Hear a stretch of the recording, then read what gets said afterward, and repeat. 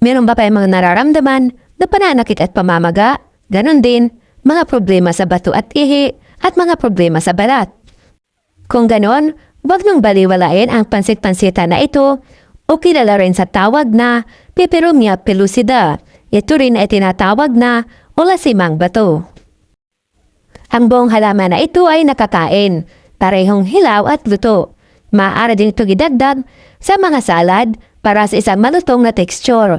Maaari din itong pakuluan upang gawing tsaa o decoction.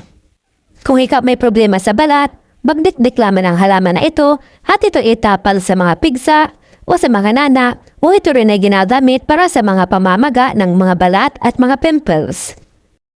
Bukod dyan, ito rin ay tumutulong para mapababa ang kolesterol. Nakakatulong din ito para mapababa ang pamamaga ng prostate. Ganon din, ito ay tumutulong para pababain ang blood sugar. Ito rin ay natural na pampababa ng uric acid. Pakuluan ng 1 tasa ng buong halaman na ito sa 2 tasa ng tubig sa loob ng 10 hanggang 15 minutos at ito ay salain. Hayaan itong lumamig at uminom ng 1 tasa sa umaga at 1 tasa rin sa gabi.